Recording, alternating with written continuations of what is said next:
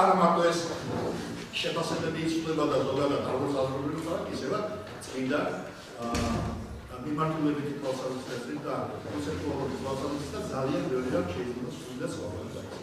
მეხი, ქართველი, ამიერკავკასიაში მაცხოვრებელი ხალხების დამოკიდებულებაზე, პირველი მსოფლიო ომისადმი. ამავე დროს დიდი ძალიან მნიშვნელოვანი იყო არის ჩვენთვის მოусმინოთ ჩვენს თურქ კოლეგებს, რომლებიც პრაქტიკულად ეს არის ჩვენს თელავის სახელმწიფო უნივერსიტეტის წინამძღოლში პირველი შემთხვევა, როდესაც ჩვენ თურქ კოლეგებთან გვაქვს ურთიერთობა სამეცნიერო დონეზე.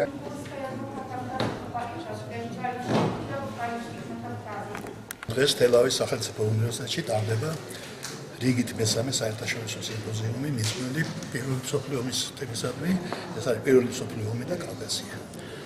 ეხლა ეს გახლავთ როგორც გითხარით საერთაშორისო კონფერენცია, ჩვენ ყავს საკმაოდ სოლიდური წარმომადგენლობა საზღვარგარეთიდან.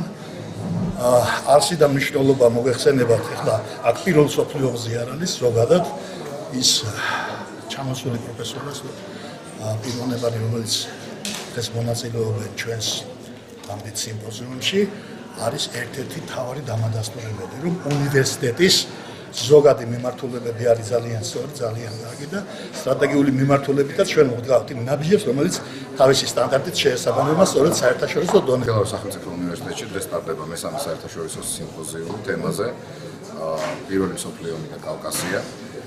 მოგეხსენებათ, რომ წელს ხვალ სრულდება პირველი მსოფლიო ომის დაწყებიდან 100 წლის თავი. ეს ძალიან მნიშვნელოვანი მოვლენაა კაცობრიობის ისტორიაში.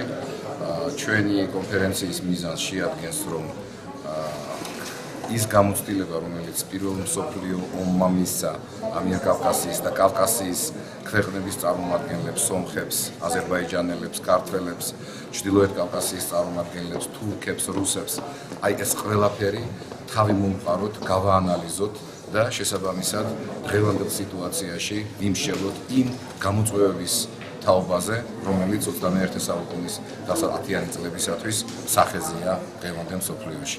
Я приехала с докладом, я соавтором этого доклада профессор Шпопер, который не мог приехать.